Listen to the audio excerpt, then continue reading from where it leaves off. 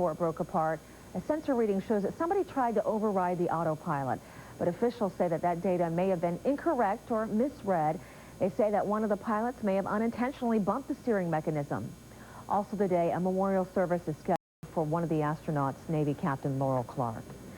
Well, the FBI is investigating a possible sighting of a missing Michigan girl. A Bureau spokesman says that 14-year-old Lindsay Ryan was spotted by a gas station attendant in South Lake Tahoe, California. He says that the gas station surveillance tape shows details consistent with the descriptions of the missing girl, her companion, and his pickup truck. Now, authorities don't know if the teen was kidnapped or left with 56-year-old Terry Drake voluntarily. In California, more than 100 people injured after two tour buses collided just west of Las Vegas.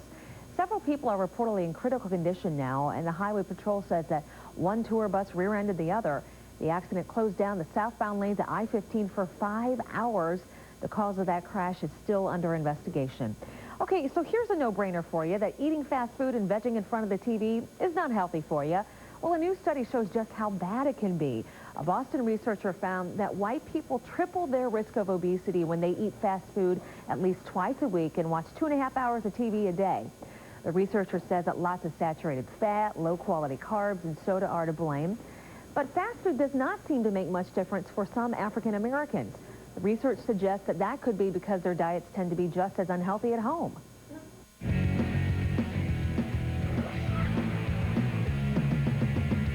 Michael Jordan's final game at Madison Square Garden.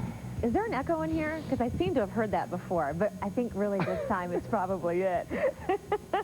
How are you? My producer David back here just livid on the Wizards going off on him. Well, Michael Jordan, he was not very happy yesterday. He actually, if you watched him, he was diving for loose balls. Yeah. And basically, Robin, he was the only Wizard trying. And Michael let everybody know it afterwards that he was not happy with the rest of the And he's not shy about that. No, really showing his displeasure. And what's he got to lose? He's got some 22 games left. You know, he wants to go out on a winning note. How you doing, folks? During his illustrious career, if there is one building that's been very kind to Michael Jordan, it is Madison Square Garden. 1995, he scorched the Knicks for 55 points during a game. Before that, there was this, November 8th, 1984, Jordan's first appearance at the Garden. Poured in 33 points that night, a career high at the time.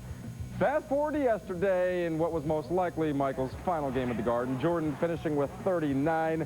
Knicks, however, spoiled the going-away party. They skate past the Wizards, winning 97-96, 28 points for Allen Houston. Lakers and Sixers. L.A. now winners of 9 of the last 10. Kobe Bryant, 28 points, 9 assists. Shaq, meanwhile, having his way with the undersized Sixers. Finished with 39. Lakers win 106-92. Shaq shooting 61% over the last 7 games. Elsewhere, the Denver Nuggets with no answer whatsoever for Tracy McGrady. First half, T-Mac outscoring the entire Nuggets team at 37 by the break. Finished with 43.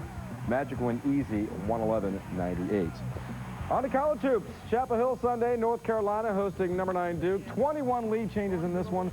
Also an exchange of words between Tar Heels coach Matt Doherty and Duke assistant Chris Collins, and Duke reserve Andre Buckner shoving Doherty.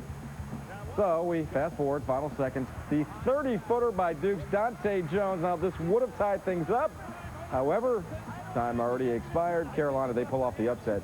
82-79, the final. And Bobby Labonte was your winner at the Bass Pro Shops MBNA 500 in Atlanta. Jeff Gordon second, followed by Dale Earnhardt Jr. Matt Kenseth, he is now the points leader after finishing 4th. Finally, for the play of the day, we go to Detroit. Pistons down 1 with 5.8 seconds left on the clock. Chauncey Billups spotting up the deep 3. Count it. He drains it. Pistons win 107-105. Chauncey Billups with the play of the day.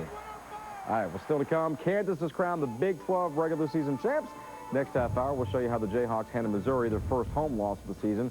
And when Headline News continues, we'll take a look at the long-term impact violence on television could have on your kids. All this and more when Headline News continues.